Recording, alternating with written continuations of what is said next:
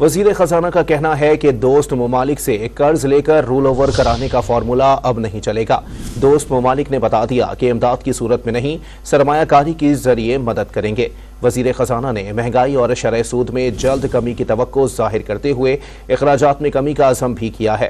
انہوں نے کہا کہ پی آئی اے نجکاری درست سمت میں آگے بڑھ رہی ہے، بجلی تقسیم کار کمپنیوں کو بھی پرائیویٹ سیکٹر میں لے جائیں گے۔ یہ جو آئی ایم ایف مشن ہے ایک تو اس سے ملاقاتیں شیڈیول ہیں، یہ کتنی امپورٹنٹ ہیں؟ کیا اس وقت ہمیں سٹیپس لینے کی ضرورت ہے؟ کس طرح سے دیکھ یہ جو ایک اب کہتے ہیں جی 1.4 بلین ڈالر رہ گئے ہیں، 3 بلین ڈالر کا جو لاسٹ پیکیج تھا، اس میں کیا فرق پڑے گا عام آدمی کی زندگی میں؟ کیونکہ یہ تو منتقل ہو جائے گا یہ تللو میں اشیاء۔ آئی ایم ایف کا نئے پروگرام کے لیے پاکستان سے بجلی گیس چوری روکنے، کیپٹیو پاور پلانٹس کو گیس فراہمی بند کرنے، ڈسکوز کو پرائیویٹائز کرنے کا مطالبہ۔ کہا نقصان والے علاقوں سے بجلی بل وصولی آؤٹ سورس کی جائے۔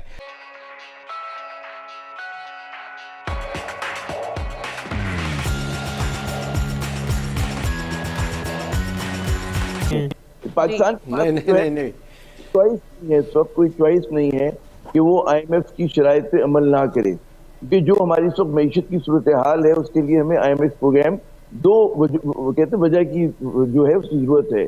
پہلا تو یہ کہ ظاہر ہے کہ اس سے پوری مارکیٹس کے اندر اسٹیبلٹی آئے گی، اور پاکستان کے لیے جو دیگر اداروں سے ہمیں جو فنڈنگ لینی ہے، ملٹی لیٹرل ہوں، بائی لیٹرل ہوں، ممالک ہوں، وہ ہمارے لیے کھل سکتی ہے۔ دوسرا، ہماری مارکیٹس میں ایک اعتماد آئے گا، دنیا کو اعتماد آئے گا کہ پاکستان جو ہے under the ambit of I M F چل رہا ہے۔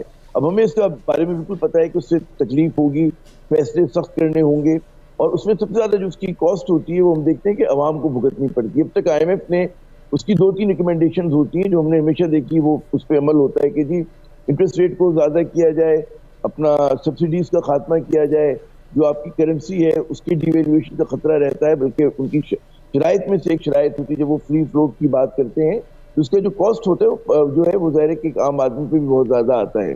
جہاں تک بات ہے کہ جو سب سے اچھی بات ہوگی وہ یہ ہوگی کہ حکومت جو ہے اپنا اسراف ختم کرے۔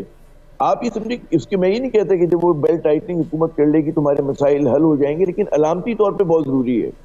ہمیں پتہ ہے کہ حکومت کا جو خرچ ہوتا ہے وہ جو ٹوٹل ایکسپینڈیچر ہے اس کا تقریباً 15-16% کے قریب ہے، تو کوئی بہت زیادہ آپ چیز وہاں پہ ماننے کی گنجائش نہیں ہے۔ لیکن علامتی طور پہ یہ ضروری بات یوں ہوتا ہے کہ آپ جب عام آدمی سے قربانی مانگ رہے ہیں، مڈل کلاس سے مانگ رہے ہیں، ایک محنت کش سے مانگ رہے ہیں، ایک دہقان سے مانگ رہے ہیں، دیکھتے ہیں ہمارے جو افسر شاہی ہے، ہمارے جو سیاستدان ہیں، ہمارے جو لا میکرز ہیں، M N As, M P As, وزراء، مشیر، ان کے اللہ تللے جو ہیں وہ کم ہونے چاہیے ایک لیول۔ مائنیوٹ سا فرق پڑے گا لیکن ضروری ہے کہ کیا یہ چھوٹی گاڑیوں میں آئیں گے، کہ اپنے ساتھ 6-10 گاڑیوں کا، 40 گاڑیوں کا پروٹوکول لے کے ہی چلا کریں گے؟ ان کے اور جو خرچے ہوتے ہیں، جن کو ٹکٹس مل رہے ہیں اور جن کی عائشیاں ہوتی ہیں، وہ کم ہونی چاہیے، بند ہونی چاہیے۔ پھر حکومت کے سائز میں کمی ضروری ہے بہت، کیونکہ جب آپ نے 18ویں ترمیم لے کر آگے آپ نے پاورز ڈیوالو کر لی تو 2 جگہ ایسی منسٹریز چلانے کی ضرورت نہیں ہے۔ ان کی تعداد میں یا تو پروونس میں کم کر دیں بھائی، یا پھر اس کو وفاق میں کم کر دیں، کہیں پر آپ کو کم کرنا پڑے گا۔ اور یہ آخری بات میں کروں گا کہ جو آپ کے ریاستی ادارے ہیں، چاہے وہ پی آئی اے ہو، اسٹیٹ رن انسٹیٹیوشن، ریلوے، سب کا کباڑا بیٹھ چکا ہے۔ تو حکومت کا کام یہ نہیں ہوتا کہ وہ ریکروٹمنٹ ایجنٹ کا کام کرے، لوگوں کو نوکریاں اس طرح سے دے کے جی at the cost of national exchequer دے رہی ہو، تو اس کا یہ کام ہے کہ یہ کام بھی نہ کرے اور ایک گڈ گورننس کی طرف جائے۔ اب دیکھیں ماضی میں تو ان لوگوں نے ہمیشہ مایوس کیا ہے، اس پر دفعہ کیا کرتے ہیں، امید اچھے کی رکھنی چاہیے۔ جی ٹھیک ہے احتشام صاحب، آپ تو شہر اقتدار میں بیٹھے ہیں، آئی ایم ایف کا مشن بھی ہے اس وقت پاکستان میں، کیا خبریں آ رہی ہیں؟ اور دوسرا یہ کہ اس سوال کو کس طرح سے رسپونڈ کریں گے کہ غیر ضروری بوجھ کو ہم نے کم کرنے کے لیے کیا اقدامات کرنے ہیں اس وقت؟ میرا خیال ہے عامر صاحب نے 4-5 بنیادی پوائنٹ تو بتا دیے ہیں، اسی کے گرد سارا معاملہ جو ہے نا وہ میرا خیال آگے چلے گا۔ لیکن میرا خیال ہے جو 2-3 چیزیں جو مجھے لگتا ہے بہت اہم ہیں آمنہ، وہ یہ ہیں کہ پہلی تو بات یہ ہے کہ یہ 23واں پروگرام آئی ایم ایف کا اب 24ویں پروگرام میں جانا ہے، اور آپ نے دیکھا ایک آدھ پروگرام ہمارا ہوا ہے، باقی ہم بیچ میں چھوڑ کے چلے گئے، اس لیے کہ ہم نے جو اہداف مقرر کیے تھے آئی ایم ایف کے ساتھ پورے نہیں کیے۔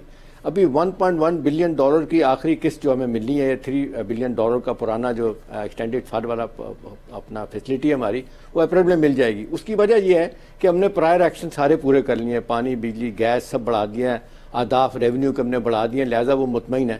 اب اگلی بات آتی ہے کہ جی کیا فرق پڑے گا کہ نئے جو ہمارے منسٹر بنے ہیں اورنگزیب صاحب، یہ تیسرے بینکر ہیں، اس سے پہلے شوکت عزیز شوکت ترین فائنانس منسٹر رہ چکے ہیں۔ مجھے جو ذاتی طور پہ میں کبھی ملا نہیں ہوں، جو مجھے 2-3 باتیں ان کی اچھی لگی ہیں، میں اس حوالے سے بات کروں گا۔ ایک تو پرائم منسٹر نے کہا کہ جی ٹھیک ہے اب تو ڈو اور ڈائی والی بات ہے، ناؤ اور نیور والی بات ہے۔ میرا خیال ہے ایک چیز ہے پولیٹیکل ول، جو روزانہ ہم کہتے ہیں کہ اگر حکومتوں کی ہوگی تو بات بنے گی۔ اب کیونکہ سیاستدان کوئی نہیں بنا اس وقت، ہمارا جو فائنانس منسٹر ہے، تو ان کے ظاہر ہے ان کا کوئی ایسا بیگیج نہیں ہوگا یا ان کے ایسے مسائل نہیں ہوں گے کہ انہوں نے سیاسی لوگوں کی باتیں سننی ہیں۔ تو وہ جو کہہ رہے ہیں کہ ہمیں ایک بڑی ایکشنیبل اور امپلیمنٹیبل ہمیں اہداف ہم نے مقرر کرنے ہیں تاکہ ہم اس جنجال سے نکل سکیں جہاں پھنس چکے ہیں۔ ایک وہ کہتے ہیں ہم نے پیچ ورک کر کے دیکھ لیا، اس سے بات نہیں بنے گی، ہمیں بڑے فیصلے کرنے ہیں۔ مجھے جو آمنہ سب سے اچھی بات ان کی لگی ہے نا، جو مجھے ذاتی طور پر لگتا ہے سب سے بڑی بات ہے، اس وقت ہمارے انٹرسٹ ریٹ ہیں 22%۔ اب مجھے بتائیں 22% انٹرسٹ ریٹ پہ کون بندہ ہے جو قرضہ لے گا، اس کے بعد انڈسٹری لگائے گا اور پھر دیکھے گا پانی بجلی گیس کے نرخ کہاں سے کہاں پہنچے ہوئے ہیں۔ لہٰذا ایک عرصے سے ہماری جو پرائیویٹ سیکٹر کی آپ کہیں نا سرمایہ کاری منفی میں چلی گئی، پرائیویٹ سیکٹر نہیں آتا تو باہر کا سیکٹر بھی ملک میں نہیں آتا۔ تو میرا خیال ہے یہ اگر جو ان کا کہنا ہے نا کہ جی میں تیزی سے نیچے لے کے آؤں گا، اگر وہ لے آتے ہیں، ویسے تو یہ ایک مذاق بنا ہوا ہے کہ جی انٹرسٹ ریٹ اس لیے رکھے جاتے ہیں کہ جی مہنگائی کو کنٹرول کرنا ہے، مہنگائی بھی کنٹرول نہیں ہو سکی، نتیجتاً سرمایہ کاری بھی نہیں ہو رہی۔ پھر دوسرا جس طرف عامر صاحب نے اشارہ کیا، دیکھیں نا 1100 ارب کی یہ ہماری ہیمریجنگ ہو رہی ہے، بلیڈ کر رہے ہیں یہ جو ایس او زیز ہیں ہماری اسٹیٹ کارپوریشنز ہیں، بھئی یہ کیوں رکھا ہوا ہے؟ جن کو جنریشن کمپنی، ڈسٹریبیوشن کمپنی ایک عذاب بنا ہوا ہے، یعنی 5 ٹریلین روپیز کا ہمارا یہ گرچی قرضہ ہو چکا ہے۔ مطلب آپ دیکھ لیں کہ چوریاں یہ نہیں روک سکتے، ڈسٹریبیوشن لاسز یہ نہیں روک سکتے، اور ٹرانسمیشن لاسز یہ نہیں روک سکتے، اور وصول کرنے کے لیے آپ کو کہتے ہیں کہ جی ہمیں بڑھا کے دیں، انٹرسٹ بڑھا دیے جائیں گیس اور بجلی کے۔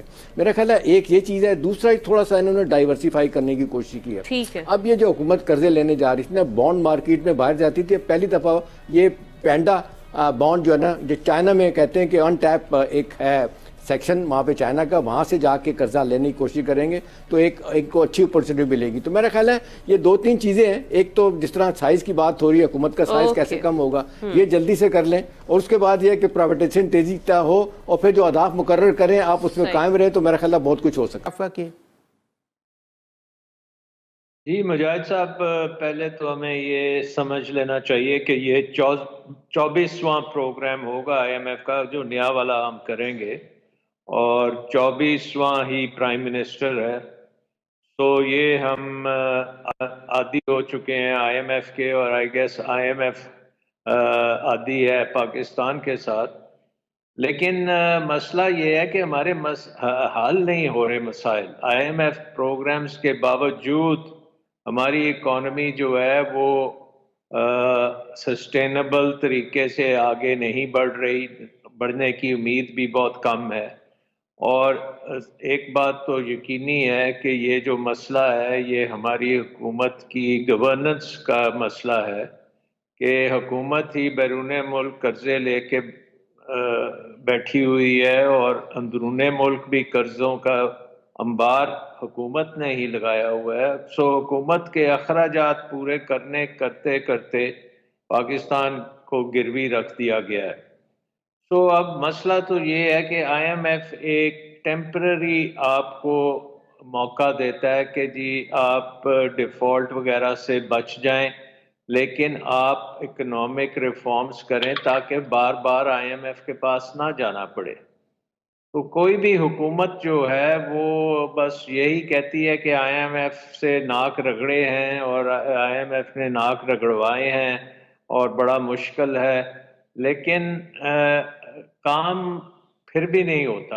عوام بھی ناک رگڑ رہی ہے، حکومت بھی ناک رگڑ رہی ہے، لیکن ہر 2-3 سال بعد واپس ہمیں آئی ایم ایف جانا پڑتا ہے۔